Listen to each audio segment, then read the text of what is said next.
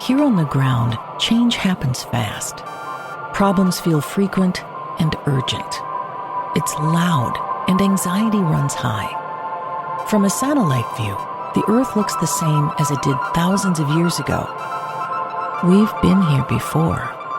Let's learn from our past and shoot for a better future.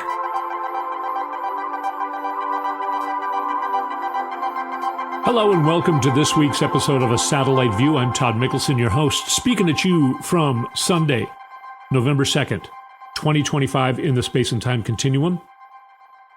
Hope you had a good Halloween. I was going to say holiday. I guess it's a holiday for most people. We had a fun time. We went and saw the original Halloween movie, John Carpenter movie from 1978, at a theater with a live audience. It was really fun. Speaking of Halloween, when people talk about scary things, the GOP is afraid of everything at this point. Now, you and I just feel like we have a dull headache because things don't seem to be moving forward. I'm going to tell you a little bit about some things that happened in Ukraine you may not have heard about, but it keeps moving forward there. Ukraine, by the way, had a really good Halloween night, striking deep into Russia with drone hits and making them lose all power, shutting down fuel lines, basically stopping the war machine, the Russian war machine, at least temporarily. Again, it's been now 2 months since an expert said he didn't think Russia would last until Wednesday. So it keeps moving in a good direction, but not quick enough. The same thing with all the things going on with the GOP, Guardians of Pedophiles. We're hearing about all the horribleness. Thank you to Barack Obama for pointing it out, actually, and standing with us. It's good to have him with us in this mess.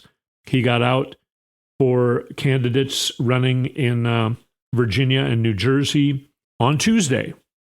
The Republicans are terrified. They're terrified of these elections coming up. Also, what they're terrified of is that they know. Now, I think most people feel like, when are the Epstein Files going to be released? And they feel like it's going to be like on a certain day. And there will be news reports. This just in, the Epstein Files have now been released as of this morning. And that's not how it's going to work. The Epstein Files are being released as we speak. Bloomberg News has obtained more than 18,000 emails from Jeffrey Epstein's personal Yahoo account. They've been dripping it out for 6 weeks. Here's new information about Mitch Weber. He was an assistant to Alan Dershowitz, who was a lawyer of Epstein. Mitch Weber is also now a partner at the Paul Weiss firm. The Paul Weiss firm is one of the law firms that capitulated to Trump earlier this year and said they would give him, I don't know, what was it, $24 million worth of, or $240 million worth of free legal representation. You see how this is all tied up together. We're going to talk about banks as well, but here's some nastiness I'm going to read about Mitch Weber in emails between him and Jeffrey Epstein. This was not in 2008 before he went to jail. This is after he was convicted and went to jail for a little while, but he got that sweetheart deal. These emails are from 2015. Weber writes to Epstein, quote, "I'm sorry, I was a little confused about what you were asking on the phone," Weber wrote to him. "I see what you were asking now. The question is, what would happen if one were to transport a minor for sex or transport oneself with the intent to have sex with a minor into a state in which the age of consent is below 18, assuming the minor is above the age of consent in that given state? And your intuition was right. The answer is that there is no violation of law." Okay. Epstein writes back, "Let's also look at sex tourism laws, going someplace with specific intent to have underage sex."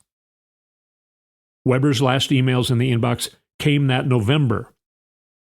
To pretend that Epstein has an unimpeachable, airtight legal defense is disingenuous, he wrote in one. Another email added, no matter what happened between Epstein and his masseuses, the fact that they kept coming back militates powerfully against any sort of pressure on Epstein's part. Of course, Weber did not respond to this entity for comment. And I'll remind you as well that years ago, Alan Dershowitz writes, statutory rape is an outdated concept. If a 16-year-old can choose abortion, she should be able to choose to have sex. Wow. These people are monsters. This is what the Republicans are terrified of. They know that there's information about Trump in there. Also, Vladimir Putin has information about Trump that they're terrified of. That's why they're trying to not help Ukraine. But that, we talked about last week, has kind of been taken away from them and put in the charge of NATO. So the United States is now helping Ukraine. I don't even know if our Secretary of Defense realizes that. But this information, I just read it to you. It's available. So it also undermines Ghislaine Maxwell's testimony just this last summer to the DOJ in her interview, where she said she didn't think Jeffrey Epstein really did much of anything wrong. She didn't see anything. Yeah, Epstein was a horrible, scary monster. So was Ghislaine Maxwell. Trump is thinking of pardoning her. The Republicans are scared to death of that as well. This Epstein stuff is coming out. Not as quickly or as cleanly as we would like, and not enough of the media is reporting on it. I wonder why. Corporate-owned media. It's the money. There's money all over the place. New information coming out about money laundering back in the aughts going on.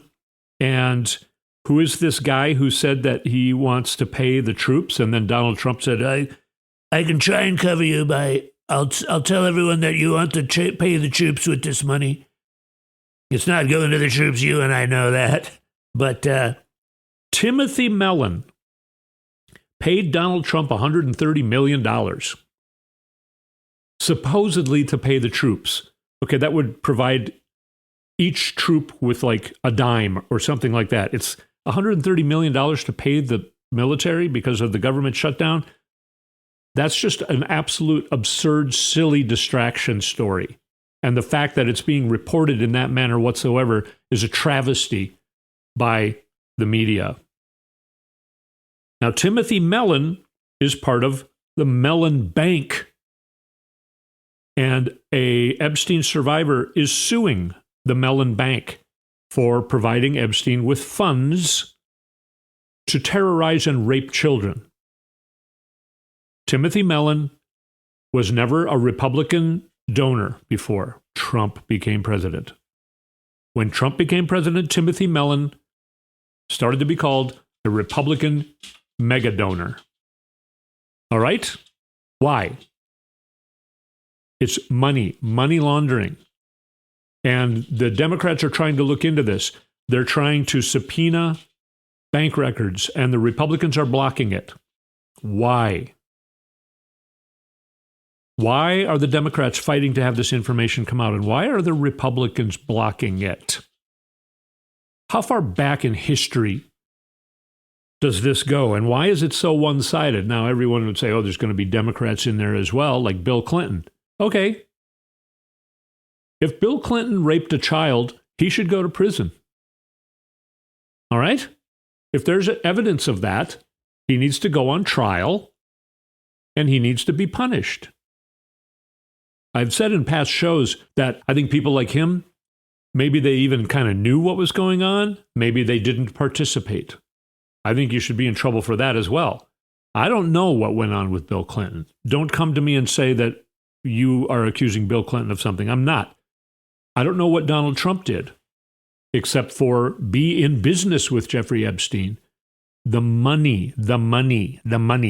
Why is Epstein money still going to Donald Trump in the Oval Office? What is he doing? Who is he protecting? His whole DOJ is protecting people from this. Now, I know the dull headache goes on. Barack Obama, thank you, Barack Obama, for finally coming out and talking with us and being with us. He is pointing out some of the things about masked men jumping out of unmarked cars, kidnapping people off the streets. It's horrible stuff going on. And I keep telling you, it's going to come to an end. It is. And it's going to be a surprising end. Yes, I thought it was going to happen by now, and it hasn't. So it's a dull headache to us, but there are a lot of moving parts going on in the background, and the Republicans are terrified. What is Mike Johnson terrified of? Is he in the Epstein Files? Or is he just being blackmailed? A lot of blackmail, a lot of money changing hands, a lot of power, and a lot of pedophilia. He's ruining his career, and he knows it by, again, announcing that for another week, he's not letting any Republicans come back to D.C. and speak into microphones. Marjorie Taylor Greene has had enough of it. They've lost her, and they're losing more. It is crumbling. It really is crumbling. We're going to talk more about some more things the GOP is terrified of when we come back.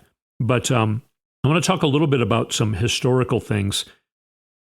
If you remember back when George W. Bush was president, now, after 9/11 happened, which 9/11 probably would not have happened if George W. Bush was not president. His administration let it happen.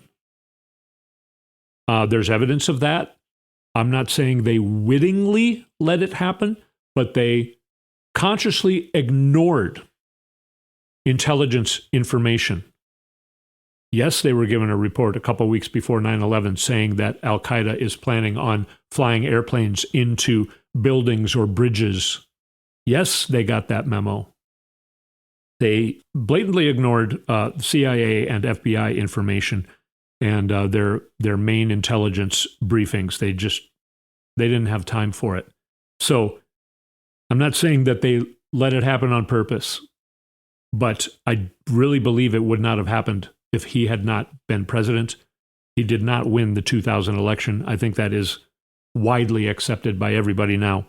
After 9/11, they started ICE and Homeland Security, and they were meant to be temporary. They were supposed to be re-voted on, I think, within a couple of years. ICE was only supposed to be there because of the emergency feeling after 9/11, and then it was supposed to go away. And now look what they're using it for. The Republicans, look what they're using it for. Why did we let it stay? Why did we let ICE remain? Remember when George W. Bush started acquiring personal information in the early mid-aughts, 2005, 6, 7? John Dean, who was a lawyer who went to jail for a little while for Nixon, he said this is worse than Watergate back then. And it still is going on. We just let it go. We let it go. The Affordable Care Act, the subsidies that are maybe going to expire right now because the GOP is letting it expire, it's the GOP who put those subsidies in. The Affordable Care Act was supposed to have a choice where you could choose universal health care. That was a choice within the ACA. The Republicans fought against it because they were being lobbied by the insurance companies. The insurance companies told the Republicans, if you get rid of that universal health care choice in the ACA, we will promise to lower the prices on people's health care if you use government money to subsidize us. So it's called the ACA subsidy, and people think it's going to people. It's not. It's going to insurance companies, and insurance companies then have a lower price for their insurance. Now, if those subsidies stop going to the insurance companies are going to raise your healthcare rates. That should have never happened. The Affordable Care Act was trying to bring in universal health care. I think within 5 years after that, so now we're talking more than 10 years ago, universal health care would have taken full place in the United States. That's what was supposed to happen. The Republicans did not want it to happen because they are here for corporations and the uber wealthy, and they are against the American people, period. They're guardians of pedophiles at this point. It is horrific and horrible and absolutely disgusting. And there are a lot more things when we look back in history that need to be torn down and rebuilt. There's a symbolistic thing going on right now. I think you know what it is. We'll try and talk a little bit more about that when we come back, but I want to also pivot to some other things. But we'll finish this a little bit when we come back. But let's take a short break. You're listening to A Satellite View. We'll be right back.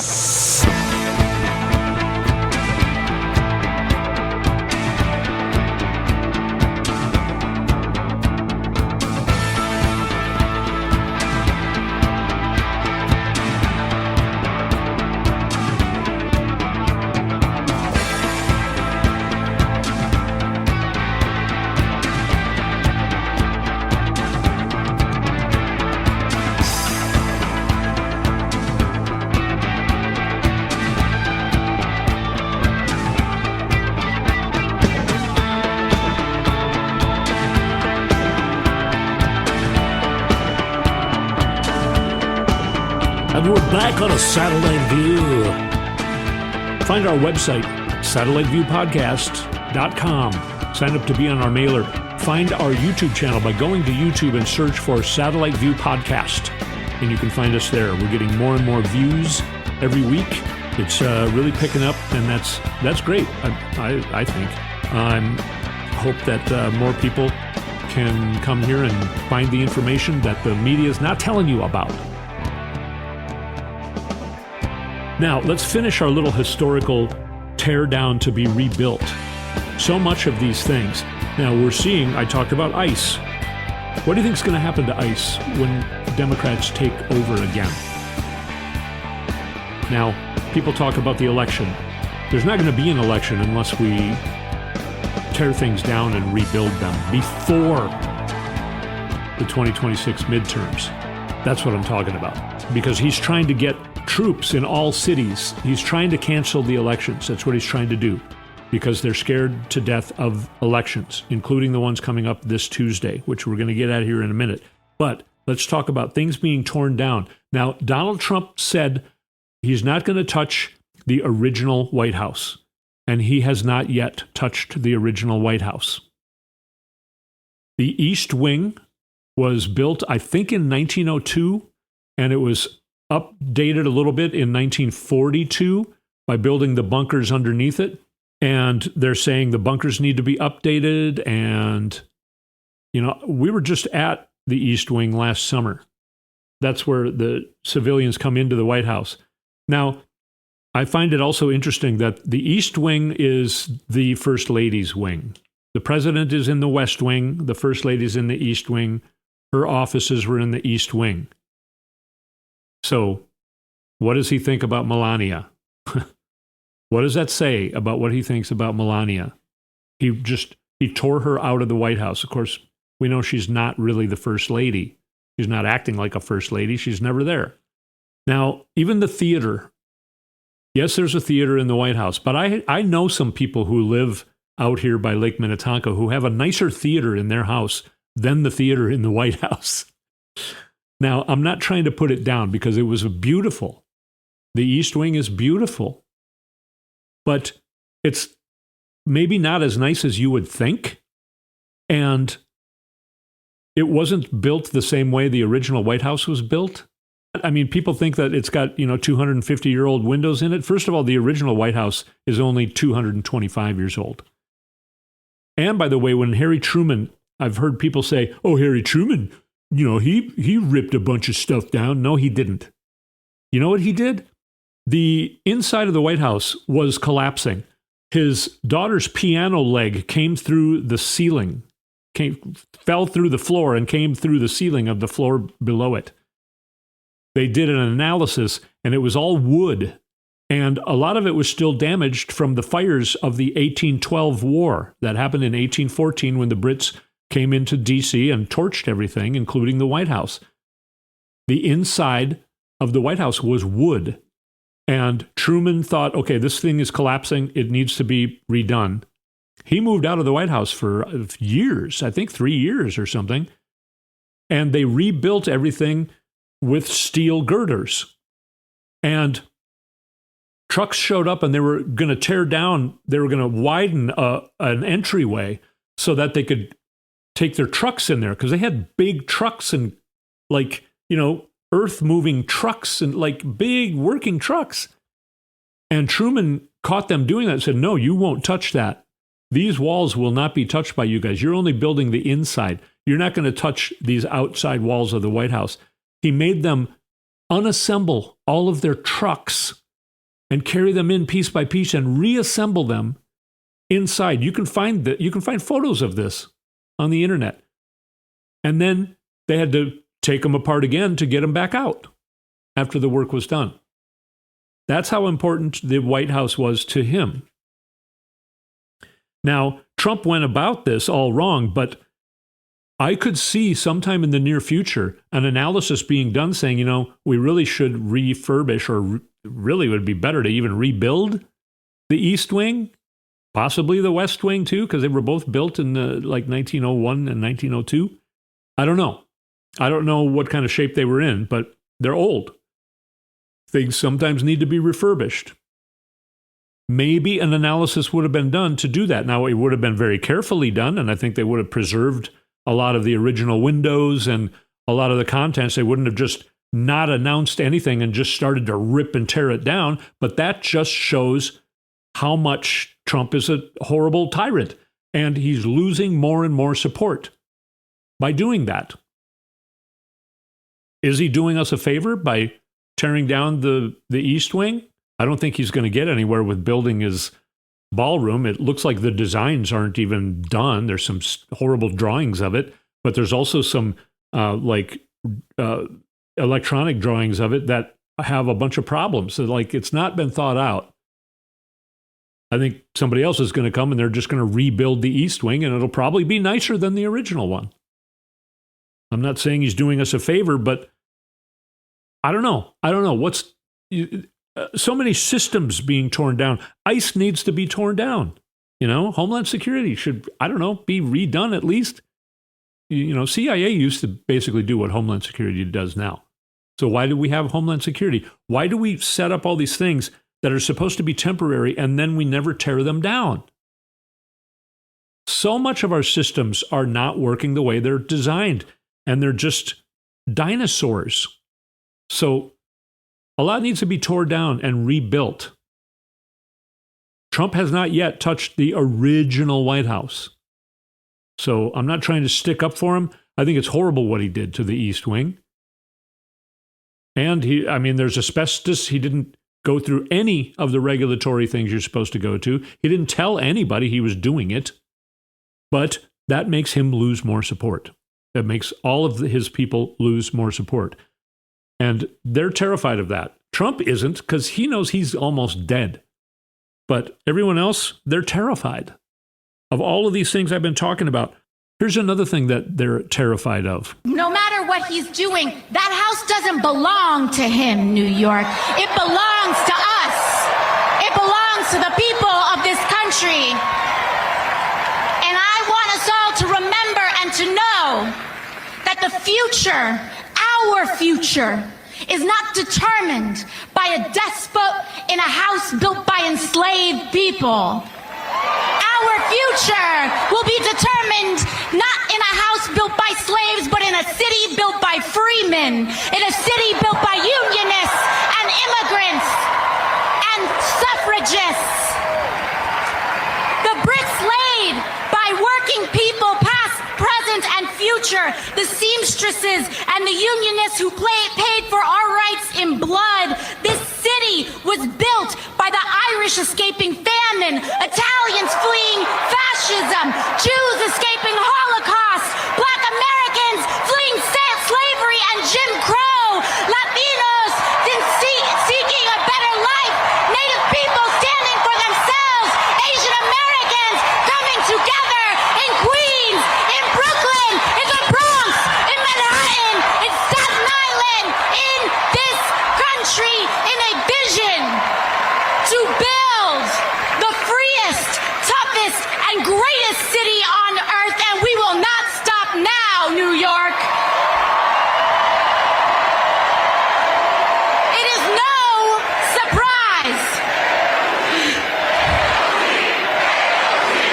sleeping.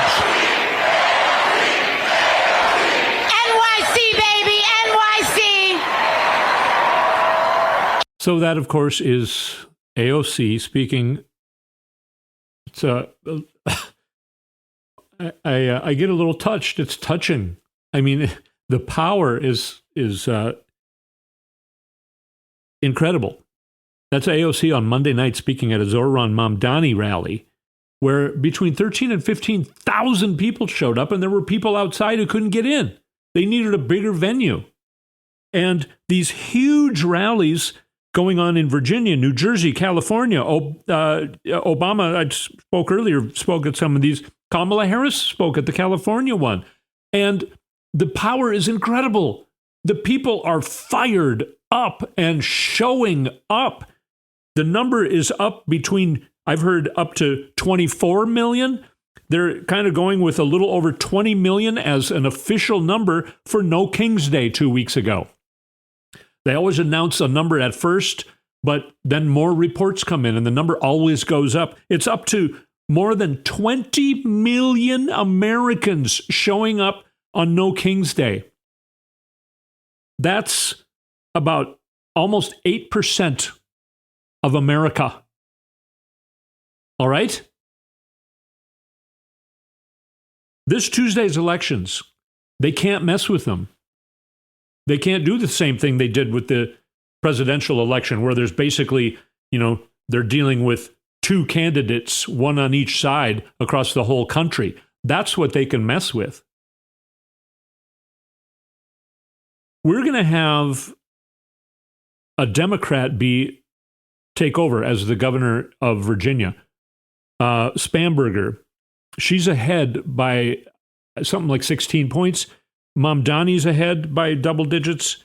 We're going to have him as the mayor of New York City. The Republicans are scared to death of this because it's just showing America that, first of all, how was it possible that 2024 went the way it did when every election since then has just, the Democrats have overperformed by double digits from what they were supposed to be doing? I mean, Elon's money can't, I've talked about it 100 times. Not even Elon's money can change it. He poured $20 million into a state Supreme Court race in Wisconsin months ago and lost overwhelmingly to the Democrat. The Republicans are scared to death of you. They're scared of the American people. They know that they have no support. They're losing support all the time. They know that on Tuesday there is going to be free and fair elections. Prop 50 in California is going to make it able for California to gerrymander in favor of the Democrats. Fire with fire is what we're fighting now. That's what Kamala Harris said at that rally in California. The guardians of pedophiles are scared to death of the Epstein Files. They're scared to death of Donald Trump. And they're scared to death of you and me. I think they're also scared to death of what's going to happen when Vladimir Putin crumbles. Lights out in Moscow. The main fuel lines that deliver fuel to the front lines and all around the country were taken out. Ukraine sends drones deep into Russia now practically every day. On Halloween night, they severed and hit this huge oil refinery. They hit a bunch of electric grid,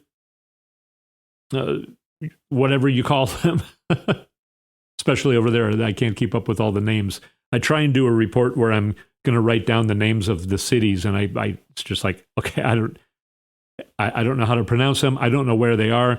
But again, the news coming out of Ukraine and the news coming out of Russia is overwhelming. There's a huge infighting going on between Putin and the military, basically, inside the Kremlin.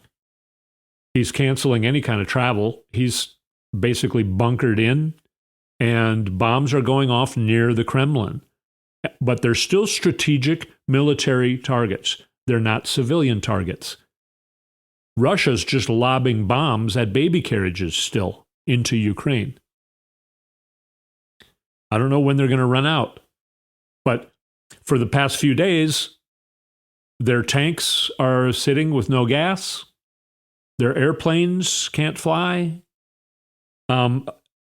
Ukraine is penetrating all of their radar systems. They've taken out most of their radar systems. Ukraine is absolutely kicking Russia's ass. I guess I saw reports that Putin sent in some assassins into Kyiv to try and assassinate Zelensky, and they were immediately killed. They were found and killed within hours.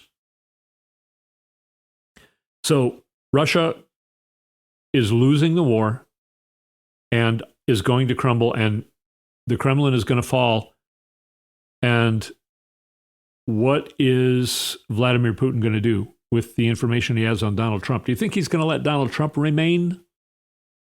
Will Donald Trump still be alive when that happens? Will Donald Trump be alive by this time next week?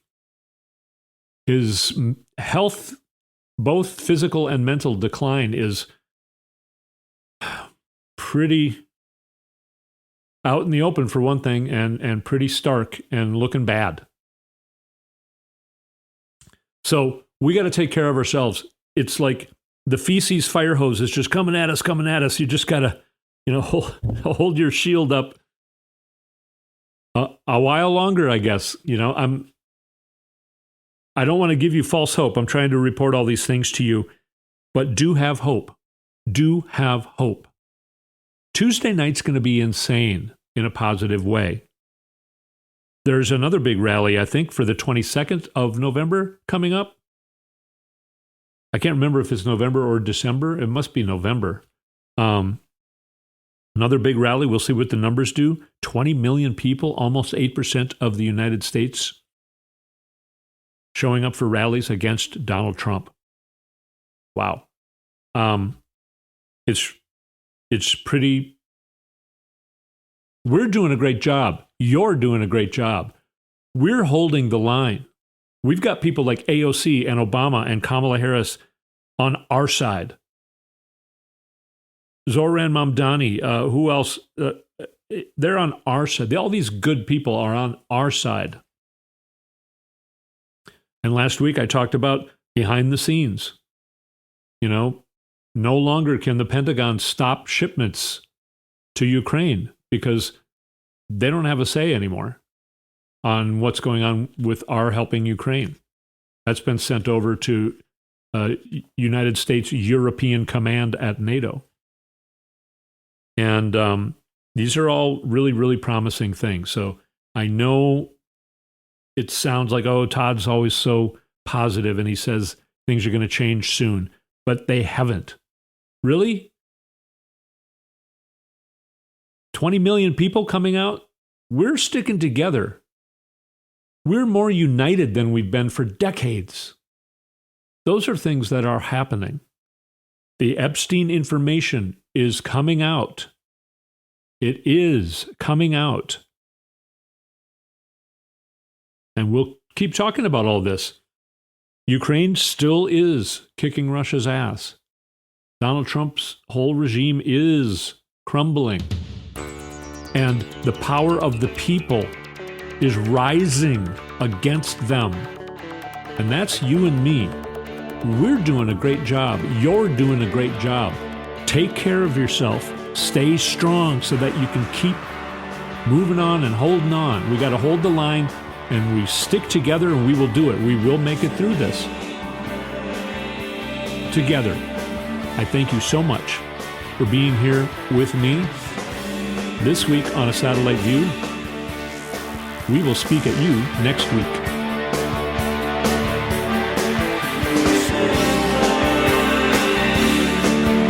You've been listening to A Satellite View with Todd Mikkelson. Go to toddmikkelson.com for links and more information.